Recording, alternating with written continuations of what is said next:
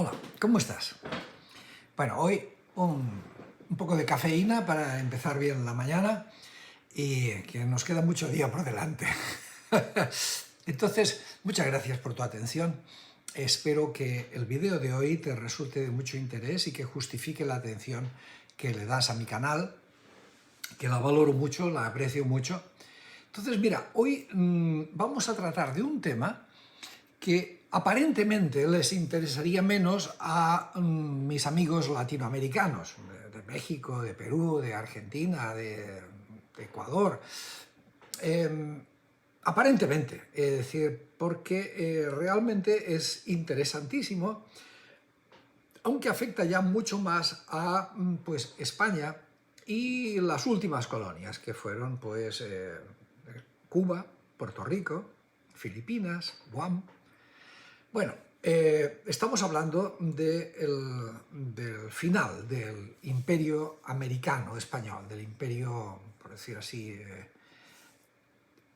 ultramarino, ¿no? Es decir, España tuvo todavía una especie de ilusión febril o paranoica de recrear o de mantener su estatus imperial, colonial, en África.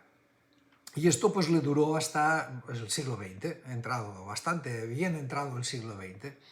Pero claro, el gran golpe fue la pérdida de Cuba, Puerto Rico y Filipinas.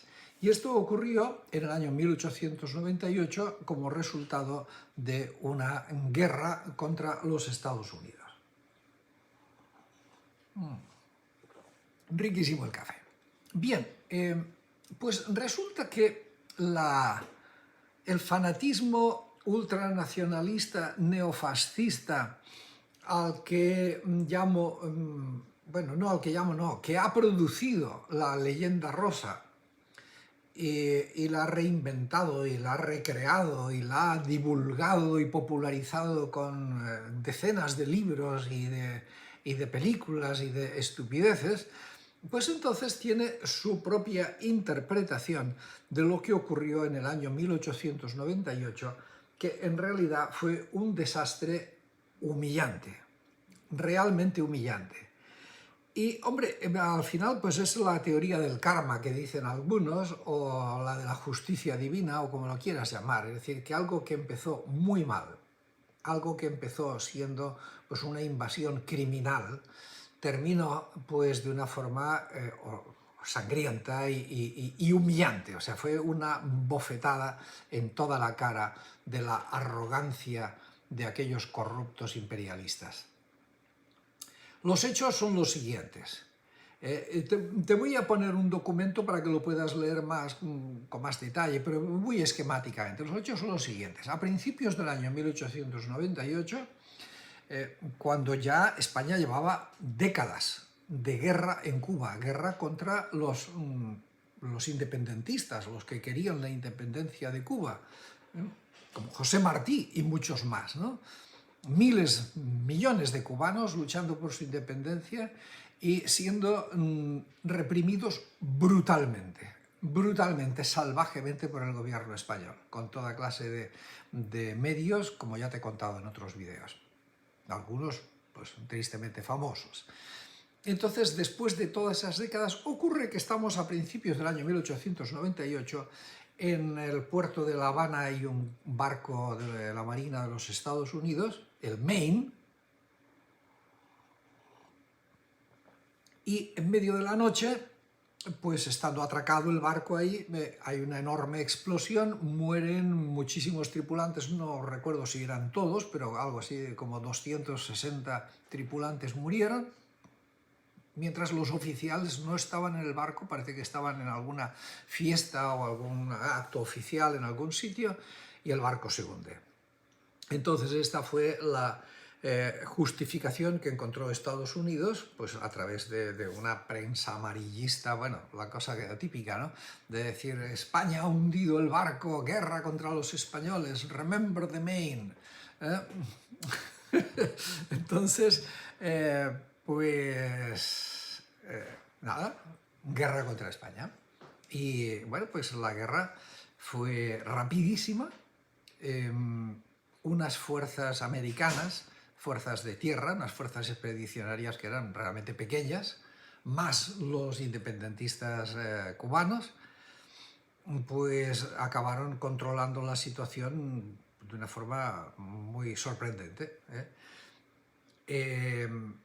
Órdenes muy extrañas. La flota española, que estaba pues dividida en dos secciones fundamentales, una estaba en Filipinas y otra estaba en el área del Caribe, pues también actuó de forma errática, de forma sorprendente, desconcertante, y al final pues la flota en Cuba fue hundida y la flota en Filipinas no fue hundida por el fuego enemigo, sino que fue hundida por los propios marineros que abrieron pues, las compuertas para que entrara el agua y los barcos se fueron a pique.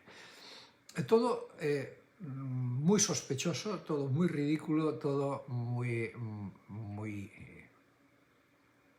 idiota, vamos, es decir, humillante. El espectro de la traición rodea totalmente todo eso. Es un espectro clarísimo. Y luego pues vino el Tratado de París, que se firmó al final en diciembre del año 1898. Todo esto ocurrió en menos de un año, una cosa como unos 9 o 10 meses. En el tiempo que dura el embarazo de una mujer, pues España entró en guerra con los Estados Unidos, colapsó y acudió a un Tratado de París que fue todavía más humillante, pues porque por una cantidad de dinero ridícula, algo así como unos 20 millones de dólares, si no recuerdo mal. Tú ya sabes que a mí las cifras exactas no me interesan, y esto lo puedes encontrar, haces una búsqueda en Wikipedia, en YouTube, en donde te dé la gana, y te pondré documentos para que lo veas, pues toda esta información está con todo lujo de detalles, ¿no? Yo voy al grano, a lo esencial, a lo que no nos cuentan. Entonces, una cosa que no nos cuentan y que a los españoles no nos han contado nunca y que la hemos tenido que averiguar pues buscando mucho y rebuscando y sorteando toda clase de obstáculos, porque parece como si fuera una especie de secreto, es una frase del negociador español en París, el que aceptó pues lo que le dijeron, o sea, le dijeron firma aquí y ya, y lárgate, idiota. Y firmó, diciendo, mira, ya terminemos esto. De una forma, insisto, pues, desgraciada. Entonces, la frase es esta: todo se ha perdido menos la monarquía. Todo se ha perdido menos la monarquía. Es una frase extraña y ahora te la voy a analizar un poco. Pero antes de que te la analice, déjeme que te cuente la visión que da de todo esto el neofascismo generador de leyenda rosa. Dice que esto fue una confabulación masónica. La confabulación masónica consta de los siguientes pasos. Primero, en el año 1897 fue asesinado Antonio Cánovas del Castillo, que era un político conservador, pero fuerte, un tipo que controlaba la situación, un hombre amigo de la mano dura y de la represión a lo bestia. Fue asesinado por un anarquista. En el año 1898, mientras gobernaba uno que se alternaba con él periódicamente en un régimen de gobierno absolutamente corrupto, que era Sagasta, el presidente del gobierno Sagasta, pues este señor era el que estaba a cargo del gobierno de España en el año 1898. Y Sagasta era masón. Probablemente era masón casi todo el mundo, no sé, es decir, a lo mejor Cánovas no, pero es que en aquel momento era masón hasta el director de orquesta. Pero bueno, como sea, el masón Sagasta, parece que la leyenda rosa se recrea en describir la cantidad de masones que había en el gobierno, por todas partes, masones en la marina, masones en el ejército, masones en la administración pública, en todas partes, masones y masones y masones y masones, por todos sitios, ¿no? Y claro, pues como en Estados Unidos también había muchos masones, pues ya está. El asunto fue una connivencia entre masones. Se pusieron de acuerdo, a lo mejor hubo un poquito de dinero entre el medio, y esto justifica el que la falta de organización, o sea, el desastre que fue, o sea, realmente fue a nivel de desastre humillante. O sea, la flota española no fue derrotada en una heroica batalla, donde, no, los americanos no tuvieron bajas. Es que fue aquello un tiro al blanco, fue una cosa estúpida. Las órdenes que se daban eran contradictorias, era, bueno, un desastre. Pues claro, ¿cómo se explica todo esto? ¿Cómo se explica esta humillación? Los masones se pusieron de acuerdo unos con otros, no hay más que hablar. Es decir, entonces, claro, la gloria de España y la gloria del imperio está a salvo, porque ¿quién nos podía proteger a nosotros, pobrecitos de nosotros, de una fuerza tan impresionante como es la masonería, los masones? Claro, que lo controlaban todo, lo dominaban todo, ¿no? Es decir, los masones se convirtieron en el cuco favorito de la dictadura franquista, ¿no? Se hablaba de la confabulación judeo-masónica bolchevique. Entonces era como lo que justificaba cualquier cosa que iba mal, esto era la confabulación judeo-masónica bolchevique. Y entonces, pues claro, el concepto de la leyenda rosa, que es profundamente franquista, pues lógico, los masones están ahí, son los culpables de todo, ¿no? Si hay un eclipse, pues también ha sido culpa de los masones. Bien, entonces, pues ahora, esta es la historia. Ahora vamos a la realidad, vamos a qué es lo que sucedió realmente.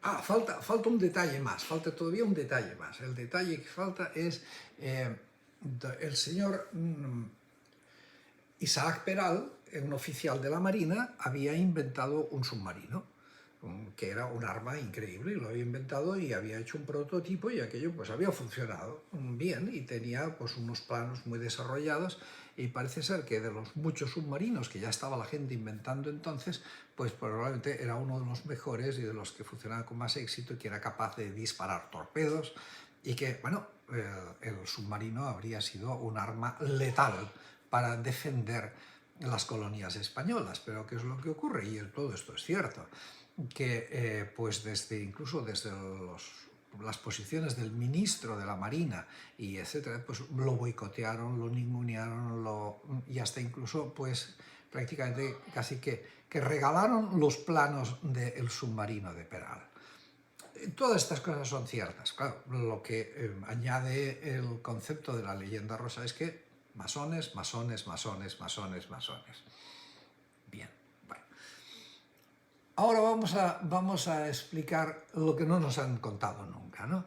Primero, en el momento, o sea, el señor Antonio Cánovas del Castillo no fue asesinado para preparar la pérdida del imperio, sino que fue asesinado porque él, a su vez, había ordenado unas represiones brutales en Cataluña contra anarquistas, que los anarquistas eran una fuerza popular muy importante en Cataluña, y entonces Cataluña era un hervidero, un auténtico hervidero de problemas sociales.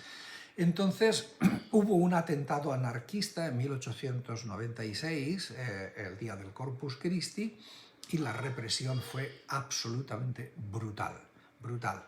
Detenciones masivas, torturas masivas, fusilamientos, de todo. Es decir, fue una auténtica bestialidad. Entonces, un anarquista italiano pues juró que se vengaría, y eso es lo que hizo, vengarse, ¿no? La represión del gobierno de Cánovas del Castillo, que había sido brutal en Cuba y brutal en Filipinas, pues también era brutal en España. ¿Por qué? Pues porque había una enorme inestabilidad social. Esto es lo que no te cuenta la leyenda rosa. Es decir, que antes de los masones y de todo lo demás, España se estaba cayendo a pedazos. El sistema monárquico se sostenía con alfileres, es decir, porque se caía, simplemente se caía. El sistema monárquico era profundamente corrupto. Las elecciones eran simplemente una ficción de que se elegía algo. Es decir, de hecho, los caciques locales decían, a ver, ¿por quién hay que votar? Ya está, acabemos pronto. ¿Quién es el que tiene que ganar las elecciones? Todo aquello era una absoluta farsa. Y bueno, y como farsa que era, pues ahí se explica el concepto este.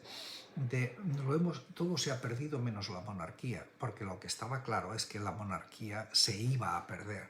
Y parte de los problemas de por qué se iba a perder la monarquía era por una terrible crisis crónica, económica. No es que era una crisis temporal, crisis de unos años hay en muchos sitios.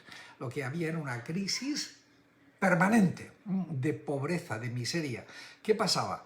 Pues pasaba que las colonias eran una ruina económica. Algunos, o muchos, de la alta sociedad, de la monarquía, de la nobleza, de la aristocracia y otros vivarachos también, se hacían inmensamente ricos con los negocios que hacían en Cuba y en Filipinas y con toda la corrupción y el chanchullo de influencias de parentesco y de compras, todo. Era una pura corrupción, con la cual hubo gente que se hizo extraordinariamente rica, pero el Estado español era extraordinariamente pobre y no tenía dinero para financiar todo aquel esfuerzo colonial de un ejército colonial, una flota colonial, etcétera, etcétera. Aquello era un desastre y por lo tanto pues la gente pasaba necesidad, pasaba hambre, las levas, el reclutamiento de soldados para ir a las guerras coloniales era terrible, había motines,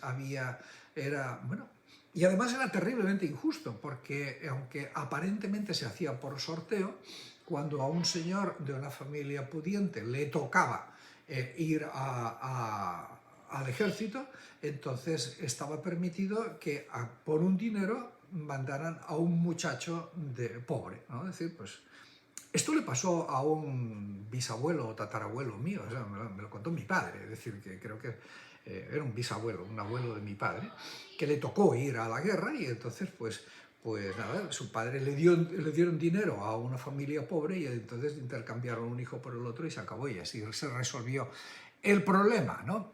Era una vergüenza y bueno, y esto pues generaba un enorme malestar y además se sabía que de los que iban a las guerras coloniales pues la mortandad era brutal.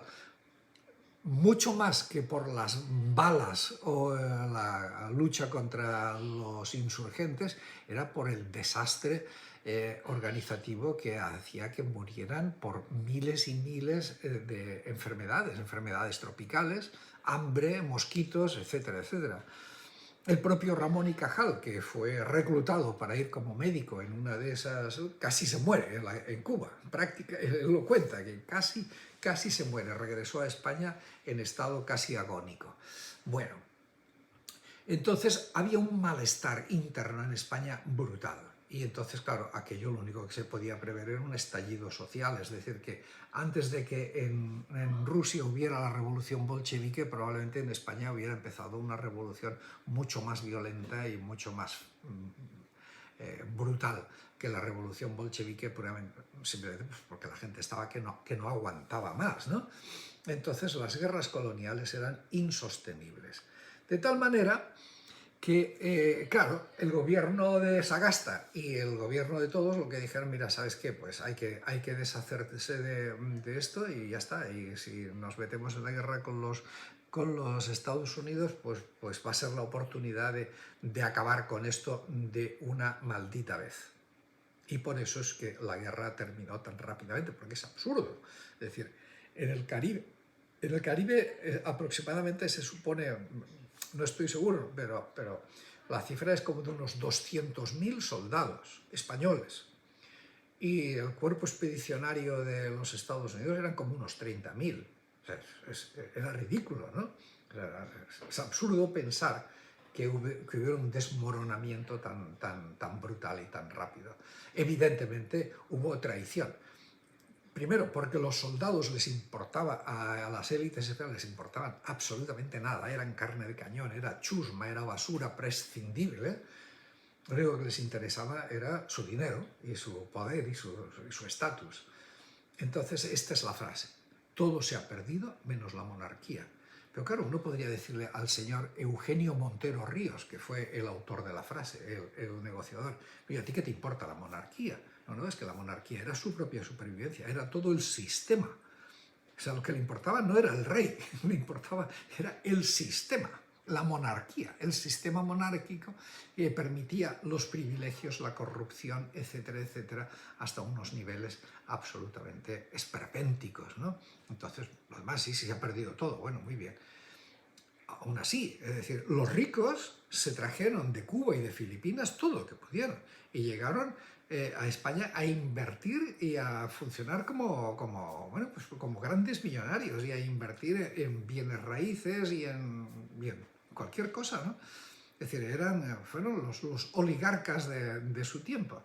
Entonces, el tema está en que te quiero hacer notar de que el tema no fue una conspiración entre masones, el tema fue una conspiración entre unos políticos corruptos, incapaces de manejar aquel estado, aquella situación imperial, y que dijeron: ya fuera, se acabó, out. ¿Y qué pasaba con cosas como el submarino de Isaac Peral, por poner un ejemplo? Mira, pues pasaba una cosa muy sencilla. La flota española, que ojo, es mentira lo que se decía que eran barcos de madera, no es verdad. Es decir, la investigación histórica muestra que eran barcos pues como cualquiera otro, ¿no? Pero lo que también se sabe es que esos barcos España no los había fabricado. España ya había perdido su capacidad tecnológica para construir sus propios barcos. Durante todo su periodo colonial España había construido barcos. Claro, era una época en que eran barcos de madera. Los galeones y los veleros y todas esas cosas los construía España. Pero cuando ya la cosa se convirtió en barcos de acero y barcos a vapor, que entonces eran todavía máquinas de vapor, entonces, claro, ahí parece que esa tecnología ya les superó ampliamente a los españoles. Entonces, los barcos españoles eran comprados en otras partes, en Estados Unidos, en Alemania, en Francia, en Brasil incluso había barcos. El submarino de Isaac Peral, pues Isaac Peral pudo construir un prototipo, pero construirlo en serie y en serio era imposible eso para España. Es decir, hubieran tenido que irlo a construir ¿a dónde? A Francia o donde sea, entonces se los hubieran copiado exactamente de la misma forma. España no tenía la capacidad tecnológica para eso. Con lo cual, pues estaba todo el mundo feliz y contento, bueno, todo el mundo, todos los oligarcas, de que mira, ya hemos acabado con toda esa historia, ya nos dedicamos a los negocios internos, ya no hace falta estar mandando soldados afuera y ahora nos podemos concentrar en controlar España, que se nos está cayendo a pedazos, y se les estaba cayendo a pedazos, y eso se comprobó muy pronto. Bueno, pues en resumidas cuentas esto es lo que te quería decir, que España fue humillada profundamente desde dentro y que no nos vengan ahora con el cuento de echarle la culpa a otros. Los que destruyeron España, los que vendieron España de mala forma, los que entregaron aquellas colonias de cualquier forma, eran exactamente los mismos, la misma casta que siguió gobernando después y hasta el día de hoy. Más o menos, cámbiale de nombre, cambia los nombres de los partidos, pero era la misma fórmula, la monarquía. Cuando hablamos de la monarquía no nos estamos refiriendo a un rey en concreto, que puede ser, pues, quién sabe, cualquier idiota o cualquier persona, de lo que sea. Mira, pues es rey porque lo parieron en un entorno de una familia. No es el tema de un rey, es el tema de todo un sistema, de toda una concepción, de todo un modelo de gobierno, de todo un modelo social. Bueno, pues sigue siendo el mismo, es decir, con pequeñas variaciones, adaptaciones a los tiempos, etcétera, etcétera, pero en esencia es lo mismo. Pues nada, el video me ha salido un poquito largo, pero yo te quería contar estas cosas y te quería contar de que la traición no fue la de los masones, sino que la traición fue la de las élites oligárquicas españolas. y la monarquía, por supuesto. Por eso dice, todo se ha perdido, menos la monarquía, gracias a Dios. Hemos conseguido salvar la monarquía, todo lo demás que se vaya al diablo. ¡Aleluya! Pues muchas gracias por tu atención, yo ya me he terminado el café y seguiremos hablando. Cuídate mucho, sé feliz y hasta pronto.